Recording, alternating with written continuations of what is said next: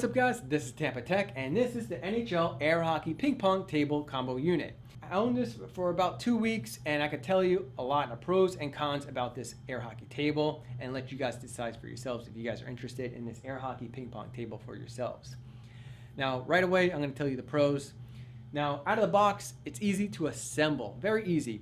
30 minutes and you're up and running. You mount the legs to the body of the air hockey table, screw on the feet.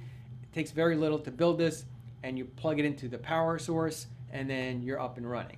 The playfield is very high quality. The blower is high quality. Pucks glide awesome on this playfield. To assemble the ping pong table takes about less than 45 seconds. It's 3 pieces and you just lay them on top of the air hockey table and you're ready to play ping pong. Here's the middle piece right here and it has the net. I added some blue neon tape to make it glow in the black light, and so the net just goes in these holes and stays like that pretty much for the most part. The net's decent quality, and then right here I added a screw and I put some tape over the screw. And the reason why is because this wood brace supports the middle piece, but I didn't want it to be separate because my kids might lose it or it might break, so I made it a part of this right here, the centerpiece. So you may want to do that, but I pilot the hole so it doesn't split the wood, and I just use a simple screw to hold that in. So you want to put that in the middle first, just like this, and then this goes on this side.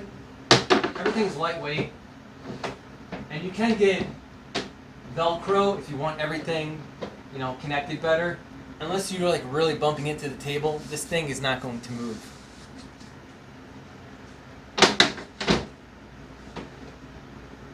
So this is the ping pong table. As you can see right here, everything's flush all the way around on the sides. The ping pong table itself is pretty decent quality. It doesn't flex, it's pretty solid, and the paddles are okay quality. Not the best, but good enough to play and have fun. Even the ping pong balls are pretty decent quality as well. The air hockey paddles are decent quality as well, and the felt on the bottom protects the playfield. Also, the LED scoreboard is really cool and a lot of fun. The sound effects, fantastic. Game modes, they have different game modes.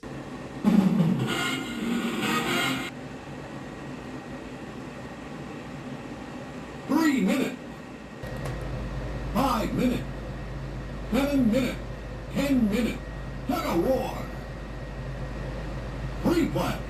It lets you know that you have 1 minute left in the game and also 10 seconds left in the game, and then they do a countdown from 3, 2, 1, letting you know that the game's ending, which is really cool. And the size of the air hockey and ping pong table is a really good size for any garage or living room.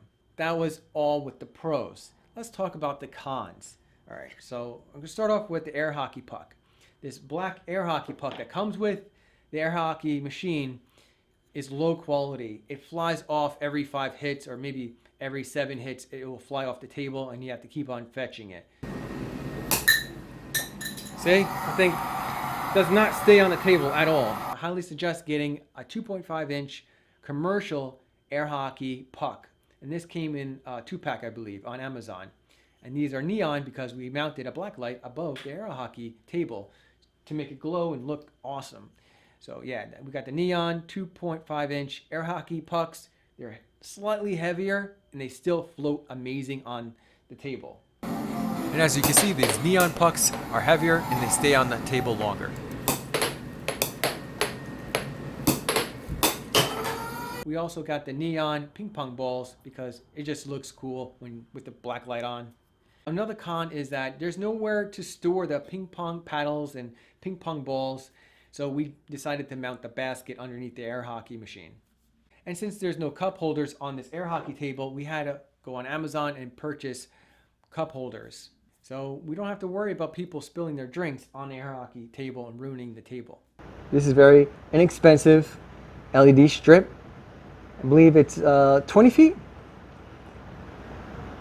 And it has a remote and you can change the colors. I chose purple to simulate a black light.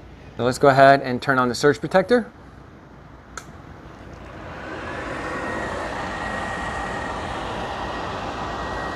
All right.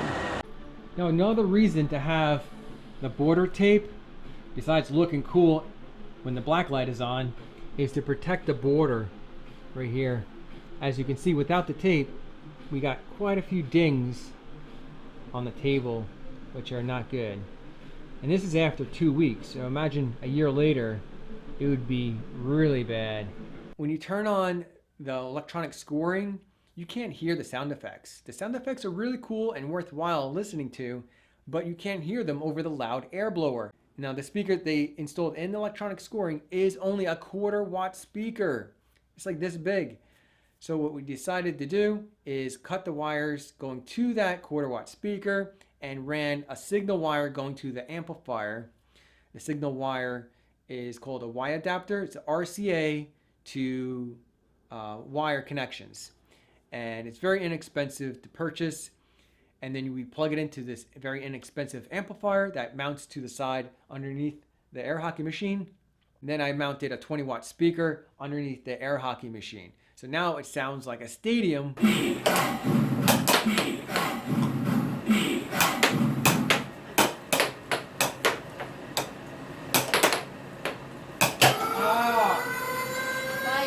Nice shot.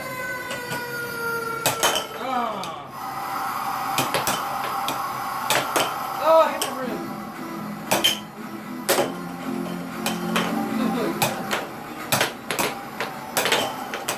It's dangerous.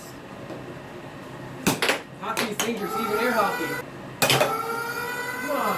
You can't be doing that shit.